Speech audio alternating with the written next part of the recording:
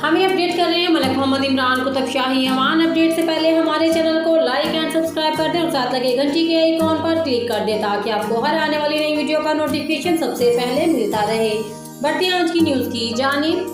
Sophia Mirza के बच्चों के अगवा से मुतल्लिक केस। सुप्रीम कोर्ट का बच्चों के यूएई से वापसी के दस्तावेज कल मुकम्मल करने का हुक्म।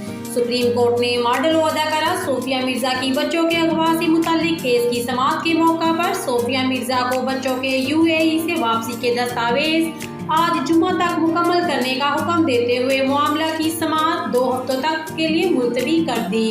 अदालत उज़्मा ने अपने हुक्म में 1 हफ्ते में पेशरफ्त रिपोर्ट तलब करते हुए वज़ारत दाखिला बच्चियों की वापसी की दस्तावेज का अरबी तर्जुमा आज ही मुकम्मल करे। वज़ारत ख़ारजा दस्तावेज तस्दीक के लिए आज पूरे UAE embassy भिजवाए।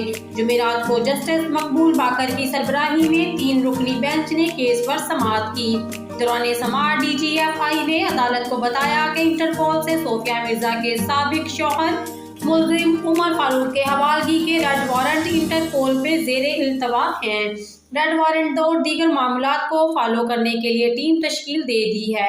मुल्ज़िम Umar Farooq red warrant का दिफा कर रहा है। इस दौरान सोफिया मिर्जा ने अपना मौक़िफ़ अपनाया कि 10 साल गुजर गए, बच्चे वापस नहीं आए। इस मौका पर जस्टिस मुज़ाहिर अली अकबर नकवी ने रिमार्क्स देने के लिए पाकिस्तान से बच्चे अगवा करके यूएई ले जाए गए।